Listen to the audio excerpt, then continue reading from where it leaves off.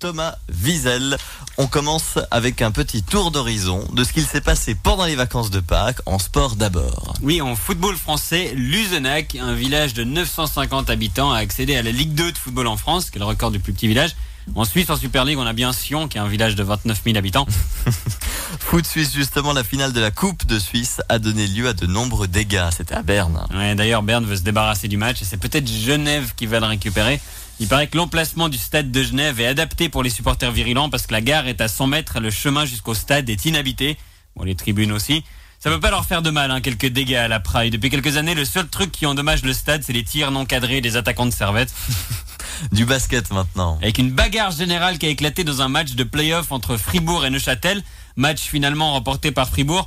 Au début, quand j'ai vu bagarre générale, j'ai cru qu'on parlait de hockey sur glace, mais après ils ont dit que Fribourg avait gagné, donc j'ai su que c'était pas possible. Et on termine avec du tennis. Une vidéo d'une demi-heure retraçant les 100 plus beaux coups de Roger Federer fait le buzz sur YouTube. Moi aussi, j'ai vu la vidéo de tous les plus beaux coups de Timea Bachinski. C'était un Vine, ça durait 6 secondes. Un record du monde qui a été battu dans le pays d'en haut. À Pâques, la ville de Châteaudet a aligné plus de 21 000 œufs pour entrer dans le livre des records. Ils ont battu 2 records simultanément, celui du plus grand nombre d'œufs alignés et celui du record le plus inutile du monde. Des nouvelles scientifiques. Une étude a démontré que les cerfs de l'Est de l'Europe n'osent toujours pas franchir le rideau de fer, là où il y avait jadis des clôtures électrifiées, 2 générations après qu'elles aient été enlevées. Malheureusement, les nouveaux riches russes ne font pas pareil. On a des nouvelles de Jérôme Cahuzac. Oui, qui est revenu sur la saga de son compte en Suisse. Il a déclaré avoir cherché 4-5 fois à se débarrasser de ce boulet. C'est marrant, c'est ce que François Hollande disait la même chose à propos de Cahuzac. D'ailleurs, Cahuzac a déclaré que la plus grosse erreur de sa vie, c'était d'être entré au gouvernement.